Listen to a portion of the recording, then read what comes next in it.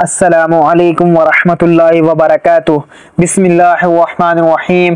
شروع کرتا ہوں اللہ تعالیٰ کے نام سے جو بڑا مہربان اور نہایت رحم کرنے والا ہے۔ حدیث رسول اللہ صلی اللہ علیہ وسلم نے ارشاد فرمایا، اللہ تعالیٰ اس شخص کے چہرے کو تر و تازہ رکھے جس نے میری حدیث کو سنا، اسے یاد کیا اور اس کی حفاظت کی اور اسے آگے بیان کیا۔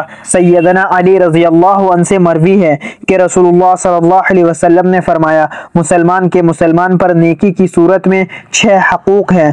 جب اس سے ملاقات ہو تو سلام کرے، جب وہ چھینکے تو یرحمکم اللہ کہے، جب وہ بیمار ہو تو اس کی عیادت کرے، جب وہ اس کو دعوت دے تو قبول کرے، جب وہ فوت ہو جائے تو نماز جنازہ میں شرکت کرے، جو کچھ اپنے لیے پسند کرے وہ اس کے لیے بھی پسند کرے اور اس کی عدم موجودگی میں اس کی خیر خواہی کرے۔ سیدنا سعد ابن وقاص رضی اللہ عنہ سے مروی ہے کہ رسول اللہ صلی اللہ علیہ وسلم نے فرمایا، 3 چیزیں ابن آدم کی سعادت میں سے اور 3 چیزیں ابن آدم کی شقاوت میں سے ہیں۔ ابن آدم کی سعادت والی 3 چیزیں یہ ہیں: نیک بیوی، مناسب گھر اور اچھی سواری۔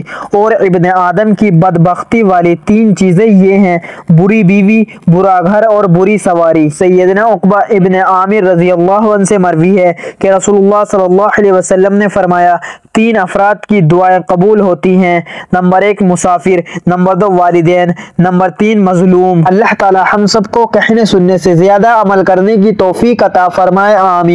مزید اسی طرح کے اسلامک ویڈیو کے لیے چینل زما ملک کو سبسکرائب کر لے اور ویڈیو کو لائک اینڈ شیئر ضرور کریں۔ جزاک اللہ، شکریہ۔